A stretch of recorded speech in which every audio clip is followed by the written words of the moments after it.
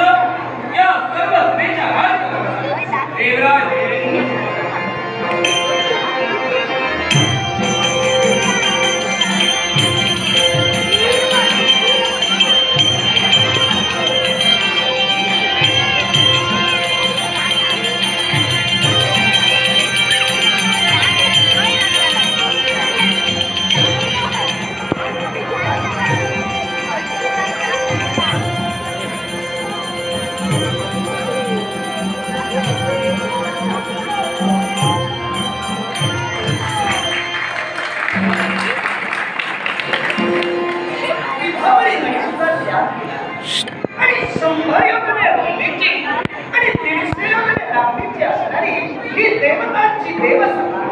या देवसभेत मनाचा कारण आणि वनस्पतींचा पोषक असणारा या चंद्रमा देवतेने आपली पावलं वळली. मनातले देवतांचे राजे देवराज देवेंद्र यांच्या गाणी आणि आपला इच्छित सफलतेच्या दिशेने द्यावं या हेतूनं चंद्रमा देवतेने देवसभेत पावलं वळली. देवराज देवेंद्राचा सर्वोत्तम आशीर्वाद घ्यावा आणि नंतर आपले विचार या देवसभेत समस्त देवराज व मंडळी पुढे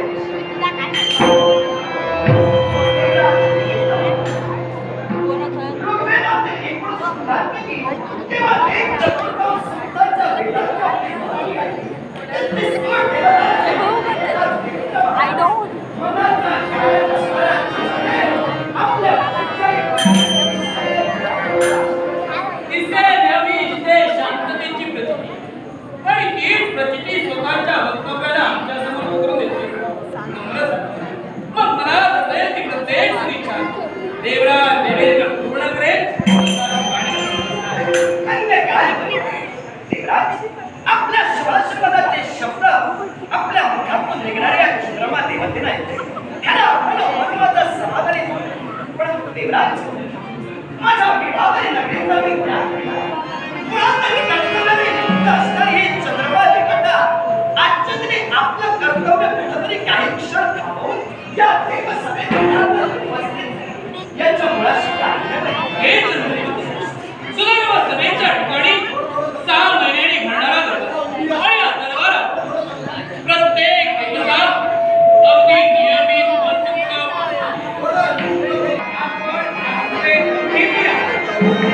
आणि प्रथम प्रतिक्रिया निष्ठा आणि प्रतिक्रिया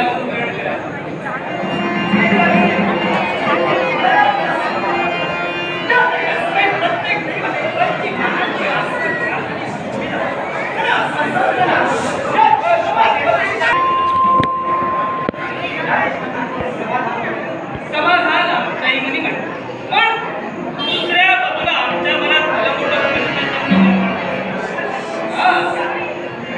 आमचा तुम्हाला कोणताही संदेश नाही, तुमचा आम्हाला कोणताही संदेश नाही. एकाएकाने आपण या देवदरबारी येण्याचं कारण सहज येतो.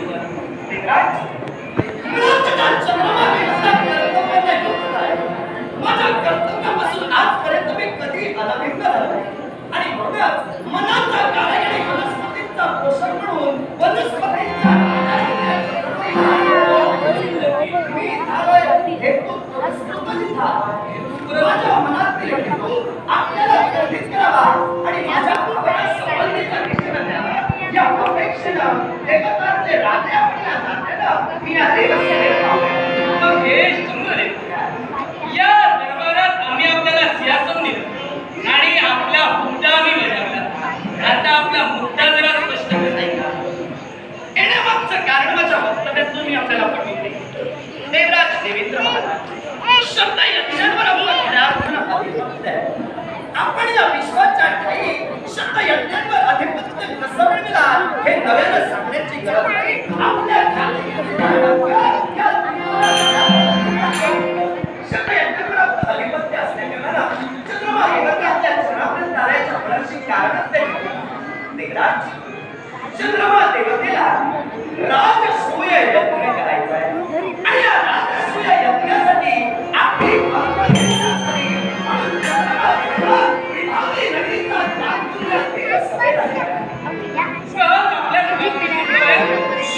शब्द यज्ञावर आपलं प्रभुत्व आहे आणि काय करून केवळ राजसूय यज्ञ आपल्याला सफलतेस नेण्याचं आहे आणि आज्ञा घेण्यासाठी आमच्या जवळ इच्छा मी नाही मुळीच म्हणत नाही.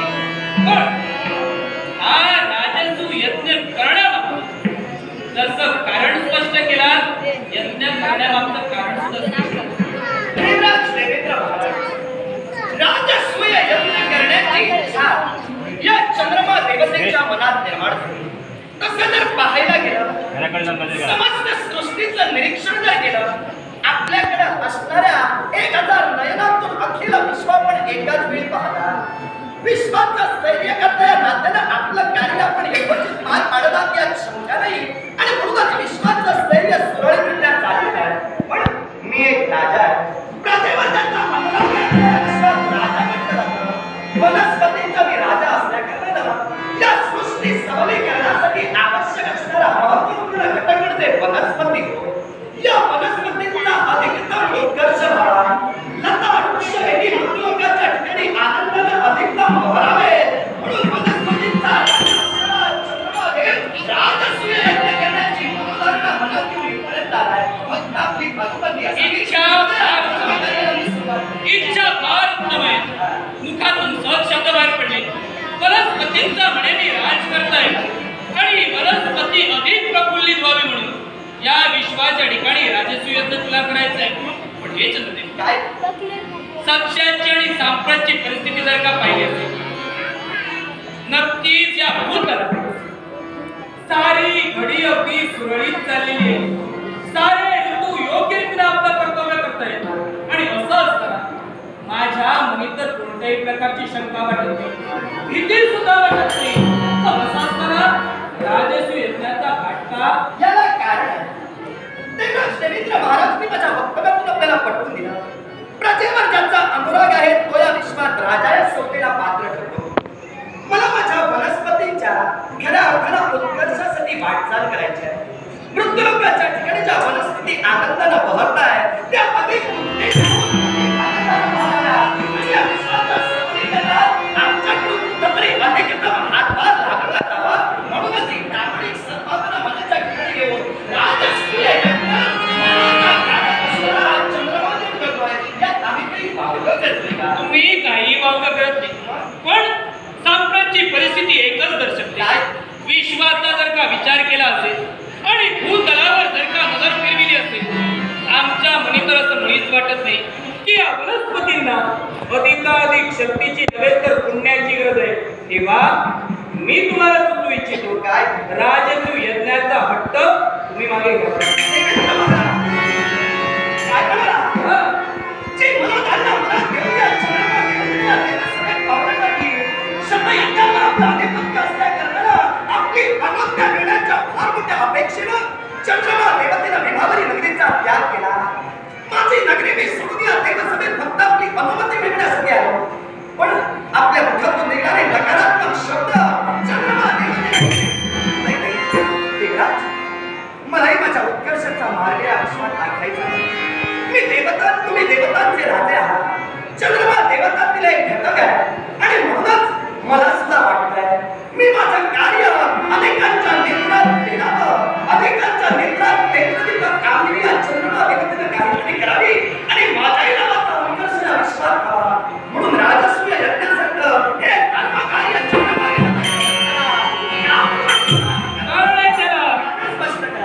विश्वाच्या ठिकाणी प्रत्येक देवताची विश्वासवत्वाग्नी असो. प्रत्येक देवतेवर या विश्वाचा भार सोपविलेला आहे. प्रत्येक देवता योग्य रीतीनं कार्य करते आणि म्हणूनच विश्वाची घडी सुरळीत चाललेली आहे.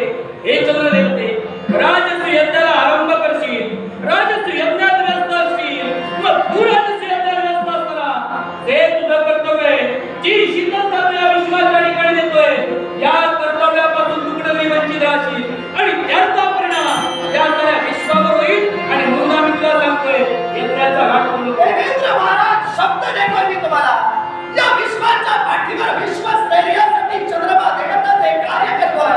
या कार्यापासून मी कधी अनभिज्ञ होणार नाही. पण राजा या नात्यानं ज्या वनस्पतींचा मी राजा आहे त्या वनस्पती अधिकतम आनंदाने या विश्वात बहरल्या जाव्यात म्हणून राजा या नात्यानं मी घेतलेला निर्णय काही वावगा नव्हे. तेव्हा मी पुन्हा पुन्हा आपल्याला सांगतोय यज्ञ करणं म्हणजे धर्म कार्य आरंभ.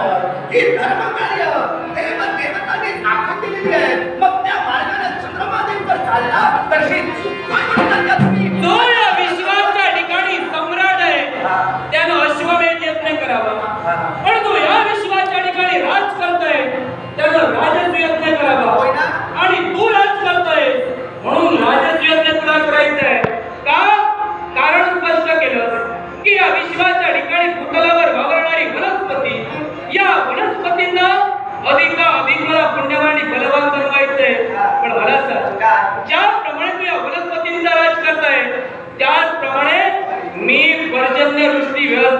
करतोय, या पर्जन्यावर अधिकार माझा आहे. मग मी जर का या पृथ्वी तळावर व्यवस्थितरित्या पाऊस पाडतोय, जेणेकरून तुझ्या सानिध्यात असणारी वृक्षवल्ली व्यवस्थितरित्या वाढताय, मग माझ्यामुळे जर का ती वनस्पती जिवंत आहे, तुला यज्ञ करायची काय गरज आहे? देवराज देवेंद्र महाराज, विश्वाच्या पाठीवर प्रत्येक देवदेवता आपलं कार्य यथोचितरित्या पार पाडताय, म्हणून विश्वाचं स्थैर्य सुरळीतरित्या सुरू आहे. त्याबद्दल मला काही बोलायचं नाही. विश्वाचे आपण स्थैर्य करते आहात, आपण पर्जन्याची देवता आहात. अर्थात मुलाला कसा पाऊस तुमच्या आदित्यने तुम्ही पाडलं, म्हणून विश्वाचं स्थैर्य सुरळीत आहे. जर आनंदानं पाहताय, त्याबद्दल माझी शंका नाही. पण मला काय म्हणायचं आहे, ज्या वनस्पतींचा मी राजा आहे, माझ्या वनस्पतींच्या उत्तेजना, वनस्पतींच्या सवारी देण्यासाठी त्यांना अधिकाधिक मला उत्तेजन प्राप्त करून द्यायचं आणि म्हणून चंद्रमादेव राजसूय यज्ञ हे चंद्रदेवते, प्रत्येकानं दानव असो, मानव असो अथवा देवता असो, पचेल तेवढं खावं आणि रुचेल तेवढं बोलावं. तेच वनस्पतींना सुद्धा लागू होतं. वनस्पती जर का योग्य रीतीनं वाढत असतील, मग त्यांना अधिकाधिक उदकी देऊ. या विश्वाच्या ठिकाणी मी तर असं म्हणतोय, विश्व नियंत्रण घालून दिलेली नियमांची चौकडी आणि त्या नियमांच्या चौकडीचं स्वतःच्या पायी उल्लंघन करतोय. उल्लंघन कधी करत नाही. देवराज देवेंद्र महाराज, या विश्वाच्या पाठीवर देवतांनी घालून दिलेले नियम आहेत. सांगा हो, या तुमच्या वक्तव्यानं मला तरी असं वाटतंय, तुमच्या मनात या चंद्रमाबद्दल काहीतरी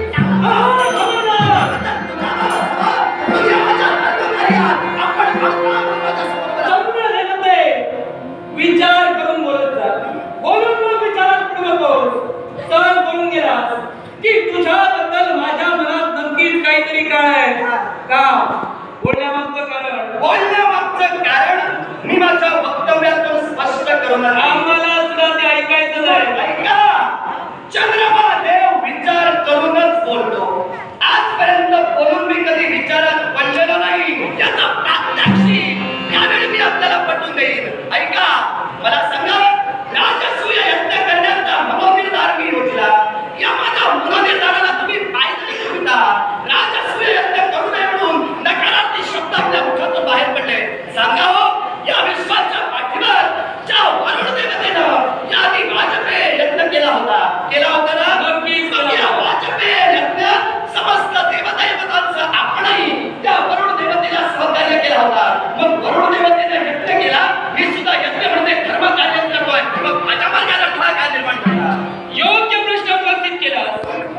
तू म्हणतोयस की वरुण देवतेला या अगोदर सुद्धा यज्ञ केला, मग त्याला मी सहमत होतो, तुला सहमत का नाही?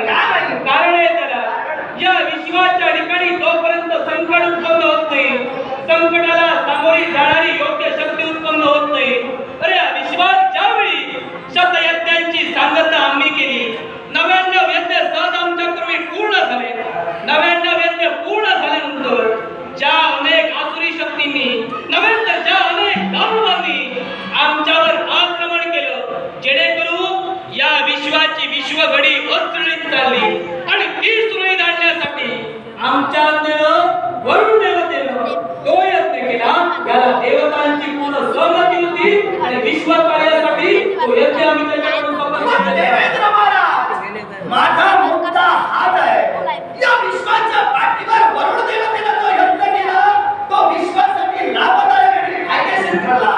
मग मी तो यज्ञ करतोय, त्याला देवतांचं नुकसान होईल. नक्की त्याला स्पष्ट करे. तू म्हणतोयस की या विश्वाच्या ठिकाणी तुला राजसूय यज्ञ करायचंय. राजसूय यज्ञ एका राजाला होत नाही. या राजसूय यज्ञात किमान कमीत कमी तुला 63 राजकर्त्यांवर विजय मिळवावा लागेल. कमीत कमी म्हणतो मी.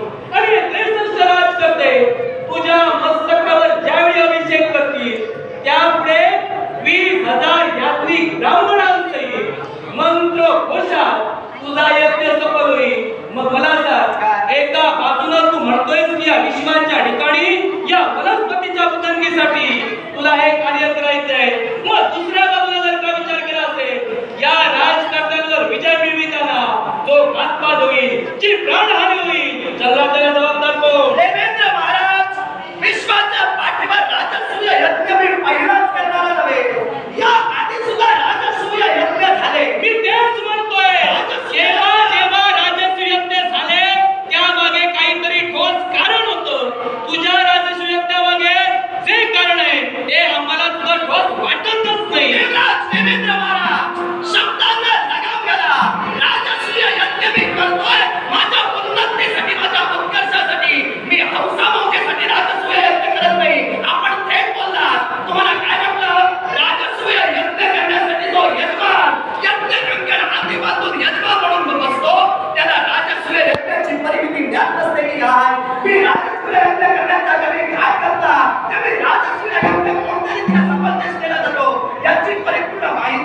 केलेली आहे. ऐका, तर्वी होमानु आदाय अभिषेकांच्या यस्यांते सर्व चिन्हम तेन ज्योतिती निदान ते संस्थ राज करते. जगाचा अभिषेक ज्यावेळी राजावर करला, तो राजा 40 दिवसांना जाऊन ज्यावेळी विजय संपादन करतो, त्याच वेळी तो सार्वभौमत्व प्राप्त करतो. मग तो सार्वभौमत्व प्राप्त करतो, तो यजमानपदी यज्ञ कंकण बांधून बसत असतो. याला घातपात म्हणता येणार नाही, कारण राजसूय यज्ञासाठी पेटविला जाणारा अग्नी, या अग्नीला जी जी आहुती हवी असते, या अग्नीला जे जे हवं असतं ते यज्ञात सविधा म्हणून दिलं जातं. तेव्हा हे वेदांनी सांगितलेलं आहे, मी माझ्या मनाचं सांगत नाही. आतापर्यंत राजसूय यज्ञाची जी परिमिती चालली त्याच परिमितीनं मी माझा यज्ञ करेन. मग जर का तू तुझा यज्ञ राजसूय यज्ञाच्या परिमितीप्रमाणेच करशील, सहज ज्यावेळी या सर्व सभेला तुझ्या मुखातून शब्द बाहेर पडले, शब्द यज्ञांवर देवराज देवेंद्र तुमचं अधिपत्य आहे, मग त्या अधिकारानं मी तुला सांगतोय, इंद्र सुरपती श्रेष्ठ वज्र हस्तो महाबला शब्द यज्ञ हिपोयो तस्मै नित्यं नमो नमः. या साऱ्या सुरवर किन्नरांवर नव्हे तर साऱ्या 33 कोटी देवतांवर या इंद्र देवतेचं अधिपत्य आहे. आणि हे शब्द यज्ञ आमच्या आज्ञेशिवाय तूच कर, या विश्वात कुणी करू शकणार. देवेंद्र महाराज, आपल्या मनाची समजूत काढण्याचा मी प्रयत्न केला. आपल्या मान सन्मान राखण्यासाठी सध्या यज्ञावर आपलं अधिपत्य असल्याकारणानं आपली अनुमती घेण्याच्या उद्देशाने चंद्रबाई आला होता. मग माझ्या युक्तातून निघणारे शब्द आहे का? जर तुम्ही सकारात्मक उद्गार माझ्या यज्ञासाठी बाहेर करत नसाल, तुमचा जर नकार असेल, तुमचा नकार असू दे किंवा असू दे किंवा नसू दे, माझा राजसूय यज्ञ मी करायला विश्वाच्या ठिकाणी यज्ञाचे 2 प्रकार आहेत. एक म्हणजे स्मार्थ यज्ञ, दुसरा म्हणजे क्षत्रिय यज्ञ. स्मार्थ यज्ञामध्ये वैयक्तिक आणि पारिवारिक स्तरावर सुख शांती आणि कौटुंबिक शांती मनशांती मिळण्यासाठी जे यज्ञ केले जातात त्याला स्मार्थ यज्ञ म्हणतात. आणि क्षत्रिय यज्ञामध्ये अश्वमेध, नरमेध, राजसूय, गोसव, द्वादशाह, अहिन, सर्वजित, सर्वमेध, अतिरात्र, अत्याग्निष्टम, सौत्रामणी, दक्षिणाग्नी, गारपत्याग्नी, स्थैर्य, प्रवर्ग्य, सवन, मग इत्यादी आहेत. मग राजसूय यज्ञ सोडून दुसऱ्या प्रकारच्या देवेंद्र महाराज, 100 यज्ञ आपण आचरणात आणला, मग 100 यज्ञ जर तुम्ही आचरणात आणला तर मी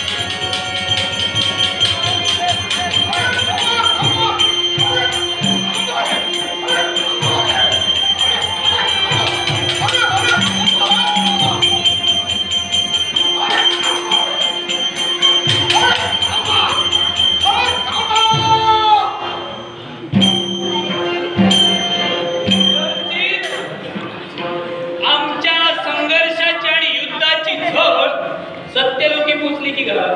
अरे सत्य लोकांपासून अमराव धावत आलो आणि तोंड माझं उघडं पडण्याची वेळ आली. काय हो धावला जाणार म्हणे. याला सुद्धा कारण आहे. देवेंद्रा, तो 33 कोटी देवतांचा राजा आणि मला सांग, तर तुम्ही 2 देवता आपापसांचा भांडू लागला तर मानव काय नावदर्शी घेतील? तुम्ही मला सांगा. हा प्रश्न मला केला. हा या विश्वाच्या ठिकाणी विश्वाचे पूरक आणि विश्वाचे पूर्णता पोषक तुम्ही आहात. बरोबर. मग तुमच्या नजरेने पहा आणि सांगा, विश्वाची घडी सुरळीत आहे, स्थिर आहे की अस्थिर आहे? विश्वाची घडी सुरळीत चालली आहे, स्थिर आहे. विश्वाची कोणती उलटापालट झाली नाही. मग विश्वाची कोणती उलटापालट जर का होत नसेल, बरोबर. मग स्वतःचं कार्य बाजूला ठेवून राजसूयज्ञ करण्याचा खर्च चंद्रानं का घालावा? म्हणजे चंद्र तुझ्याजवळ आलाय तो राजसूय यज्ञाची हनुमंत केल्यासाठी. मग मी जर युद्ध करतो आणि नकार देतो, मी चुकीचा आहे का? तू तुझ्या जागी योग्य आहे देवेंद्र, तू तुझ्या जागी अयोग्य आहे मी केव्हाही म्हणणार नाही. चंद्रदेव, हा प्रथमतः माझा आपल्याला मनात इच्छा परिपूर्ण होती असा या जगाच्या जगन्नाथाचा तुला आशीर्वाद आहे. हा खरंच का विरंची खरंच का मी महामार्गाच्या दिशेने जातोय. मी एक देवतातील घटक आहे. देवतातील एक घटक असल्या कारणानं माझं कर्तव्य काय, माझं कर्म काय याचा परिपूर्ण विचार चंद्रमा देवतेच्या जीवनाला लागला. मनाचा कारक वनस्पतींचा पोषक मी, वनस्पतींचा राजा या नात्यानं ही माझी अखिल खऱ्या अर्थानं माझे प्रजाजनमध्ये या वनस्पती अधिकतम बोललेला या विश्वात खऱ्या अर्थानं वावराव्या या अपेक्षेनं राजसूय यज्ञात मी भाग घेतला. चंद्रदेव, धर्म करण्यासाठी तू केव्हाही अधर्मानं चालला नाही, धर्माला केव्हाही तू गालवट लावला नाही, कारण तू वनस्पतीचा राजा आहे. आता त्या वनस्पती आहे त्या सृष्टीचा विचार करणं हे तुला सर्वप्राप्त आहे. तू काय देवेंद्रा? कारण चंद्रदेव म्हणजे या सृष्टीचा राजा आहे आणि वनस्पतीबद्दल विचार करणं हे चंद्रदेवाला क्रमप्राप्त आहे. व मला सांग देवेंद्रा, जर तो राजसूयज्ञ करत असेल तर त्याला तू अनुमती का देत नाही? विरंची, आम्ही हे जे काही बोलत होतो तेव्हा हे आम्ही जे काही कर्तव्य केलं होतो हे सारं कर्तव्य आमचं वरपांगी होतं.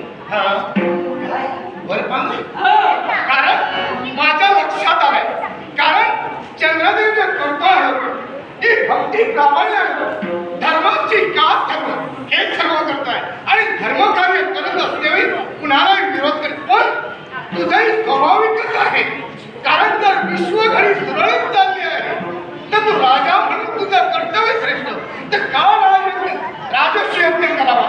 पण जर का त्या चंद्रदेवानं राजसूयज्ञ केलं असेल तर तुझ्या पदाला, तुझ्या आसनाला, तुझ्या या राजगादीला कोणताही धोका पोचणार नाही. विरंची, चंद्रदेवानं राजसूयज्ञ केलं तर कोणतंही अरिष्ट येणार नाही. विरंची, आतापर्यंत प्रत्येकाच्या मनी हाच गैरसमज होता. इंद्र जो घडतोय हा इंद्र पदासाठी किंवा स्वतःच्या आसनासाठी नाही. तो या विश्वात 21 इंद्र आहेत, 14 मन्वंतर आहे. प्रत्येकाला बसायचं आणि प्रत्येकाला उठायचंय.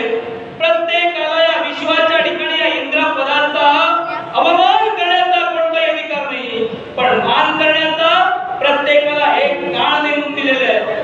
या 33 कोट देवतांवर माझं अधिपत्य आहे. बरोबर. पण माझ्यावर सुद्धा या विश्वाचे पूरक म्हणून तुमचं अधिपत्य आहे. आणि ते देवता आहोत. मग जर का तुमची आज्ञा असेल, आमचा याला कोणताही विरोध नाही. मग देवेंद्र, आम्ही तुझ्यासाठी आदर्श आहोत आणि एवढं तर आमची आज्ञा तुला शिक्षावत आहे. आम्ही जर बोलू त्याप्रमाणे तू करशील. मग याचं तुला सांगतो, या विश्वाचा जगन्नाथ हा विरंची तुला सांगतोय, हे त्या चंद्रदेवाला अनुमती दे की राजसूय चंद्र एवढंच नव्हे, हे देवकार्य आहे, हे धर्मकार्य आहे. साऱ्या देवतांना अवशुभात उपस्थित राहून तो अविर्भाव दिला जाईल. तो प्रत्येकाला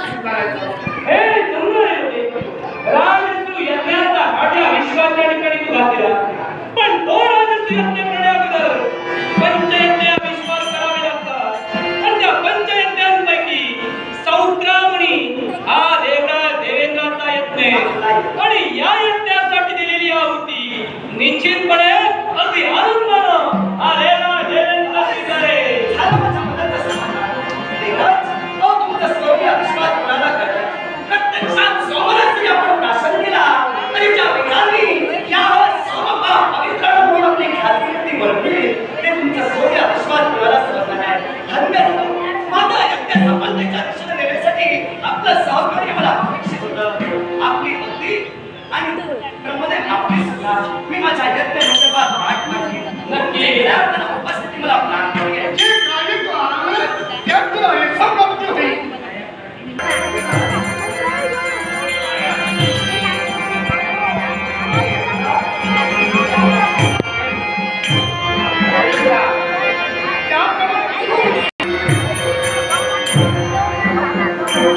पुण्यमय काशी क्षेत्री आम्ही शतयज्ञांचा घाट घातला.